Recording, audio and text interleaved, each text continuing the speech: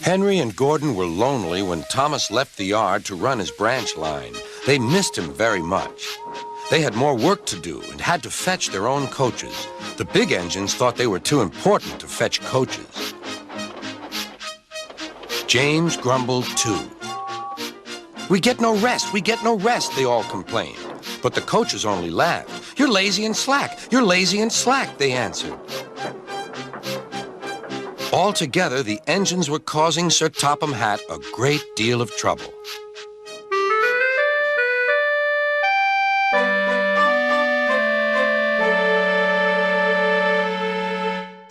"We get no rest," complained James.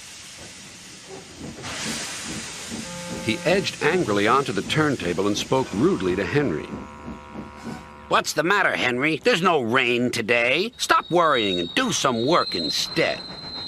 "I'm not afraid of getting wet anymore," huffed Henry. "Anyway, you look silly enough to be a clown. You should join the circus." "Oh, so you've heard the news?" "What news?" "About the circus." "What are you talking about?"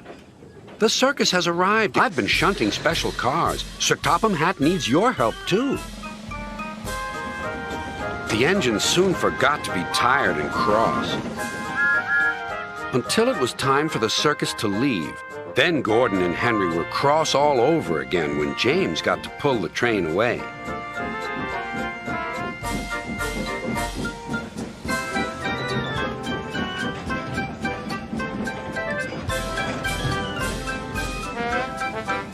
A little later, Sir Topham Hatt returned. "Come along, Henry. A tunnel is blocked down the line. You must take some workmen to investigate."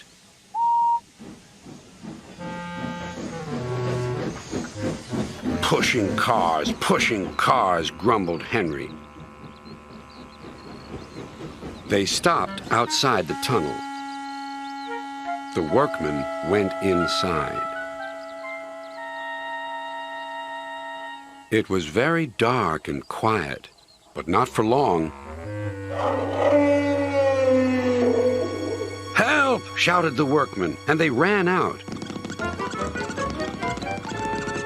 "We started to dig at the block, but it grunted and moved," one said. "Rubbish," said the foreman. "It's not rubbish. It's big and alive. We're not going in there again." "Right," said the foreman. "I'll ride in the cars and Henry shall push it out." "Wheesh," said Henry unhappily. He had been shut in the tunnel for being afraid of the rain, but this was worse. Something big and alive was inside. "Peep, peep. I don't want to go in." "Neither do I," said his driver, "but we must clear the line." Oh, dear, puffed Henry.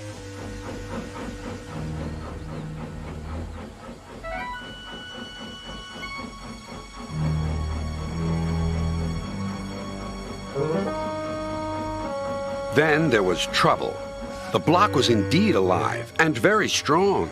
It began to push the train backwards. Out of the tunnel came Henry, then the cars, and last of all, a large, cross elephant.